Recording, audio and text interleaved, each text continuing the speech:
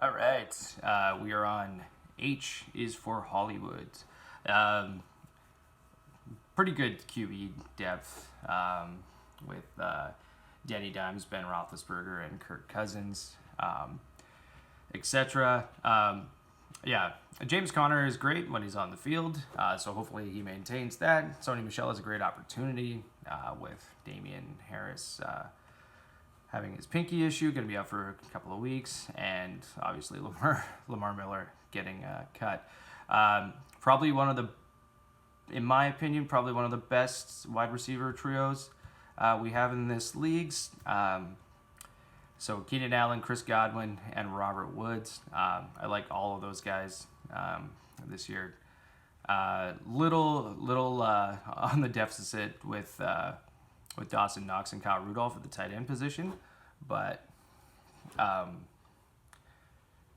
that's something that can be overcome just by playing the waiver wire. I love Marquise Brown. Hopefully, you know the hype is real and we can buy into not just one or two explosive games. Jarvis Landry, I mean, old dependable. I mean, he was great for Cleveland last year.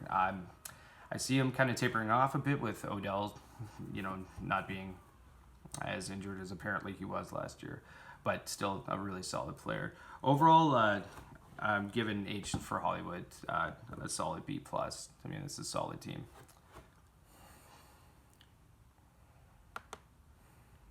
All right, next is Harry and the Hendersons. Um, so Harry is one of those. Well, is the team that had five first round picks. So this is definitely a team on the rebuild. Really young team, but and at the same time still full of a lot of upside, especially in a dynasty setting. Deshaun Watson obviously just got paid, so I mean he still remains, in my opinion, still a top five fantasy QB even without Hopkins. Uh, Starting Dobbins and Taylor. I mean, two rookies. Taylor, I think will take over Marlon Mack eventually. I don't think Marlon Mack is going to go away, at least for this season. We know he's not under contract. Sorry, for next year. Dobbins, I think will be worked in, but Mark Ingram's not going anywhere either. Luckily for Harry here, he has Mark Ingram as well. Starting both, bold move. Um, I love DJ Chark. I think Chark's his breakout definitely is a sign of things to come. I don't think he's one and done with that. Michael Pittman. I mean, like I said, a lot of youth starting on this team right now. N'Keal Harry. So a lot of question marks. But he's got some veterans thrown in there as well. He's got Raheem Mostert, who is in kind of a sort of hazy sort of running back situation too. But he's also got Joe Burrow, who he drafted in this past draft. So overall, I mean, a lot of question marks. Still, I think a pretty solid team that could emerge late this year as a force to be reckoned with. So Harry's going to get a B for me.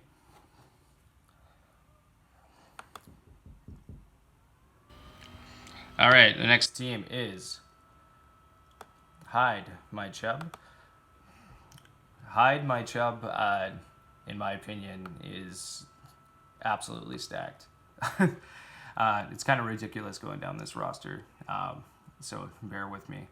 But it starts out with Kyler Murray and Dak Prescott. I mean, I don't think there's, it could be argued, but that's a fantastic tandem, especially if you buy into the Kyler Murray breakout, which I do. I think Hopkins is really going to give him that separation, and I think even Larry Fitzgerald is going to be great, still maintaining that role in the slot. Uh, and I mean, what do you say about Dak? Dak has weapons too. He's got CeeDee Lamb added. Zeke is still one of the best pass catching running backs in the league, and of course he's got Amari Cooper and Michael Gallup. And if you buy into the Blake Jarwin hype, yeah, he's got that too. Um, but I mean, for Hide My Chubb, he's got Nick Chubb, obviously the namesake. but he won the CH lottery in the toilet bowl for being the toilet bowl champion. I love the potential of CEH. I think obviously he's starting him, and rightfully so. How do you not start a starting Kansas City running back? At the wide receiver position, I mean, he's got Julio.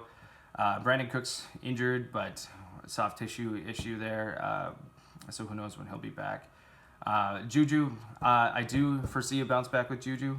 I think people are way too low on him. He does have the talent.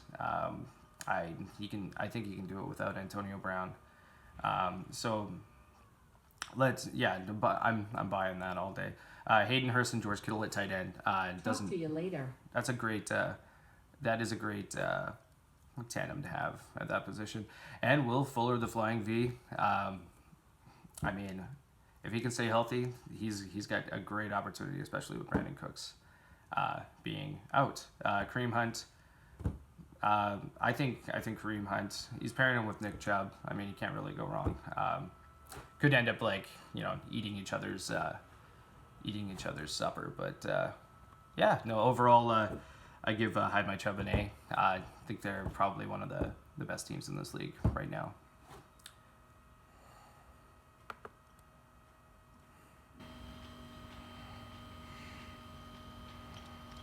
All right, we are going to move on to Kamehameha.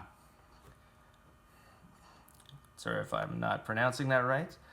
All right, Kamehameha. Obviously, Alvin Kamara is the focal point of this team. RBs include Zach Moss, Nyheim Hines. Zach Moss, I actually have a lot of faith in to get those goal line carries. I don't think Josh Allen's going to be calling his own number as much. And yeah, Nyheim Hines is a really interesting one, especially for this being a half-point PPR league. He could actually have a tremendous amount of value. Phillip does like to throw to the running back. Ryan Tannehill and Teddy Bridgewater are the QBs here. I like Tannehill. I like Bridgewater. I don't know what the fantasy floor is going to be for these guys in these offenses, but we've seen kind of the ceiling for both of these players before. So just really, really interesting to see what they kind of become after they get some time in their offenses. Tyler Lockett, Tyler Boyd, and Darius Slayton make up the starting wide receiver core as it stands right now. Lockett is great. I'm really high on Lockett this season too. I love Slayton. Slayton has a great rapport with Danny Dimes. So Tyler Boyd, I think, is also sneaky. I think I don't think T. Higgins is gonna really assert himself till at least late in the season. AJ Green, obviously, there's always the potential for an AJ Green injury. So Tyler Boyd could be sneaky this year, and he's just a really solid player to build your roster around. Corey Davis, not going to say anything about Corey Davis. But I do like Eric Ebron at tight end here. Will Dissly is a bit of a question mark. I don't even know, is he injured or what? But Eric Ebron, I think, is a really sneaky tight end start, and a solid player to have. We know Big Ben does use the tight end in the red zone. So, overall, I give Kamehameha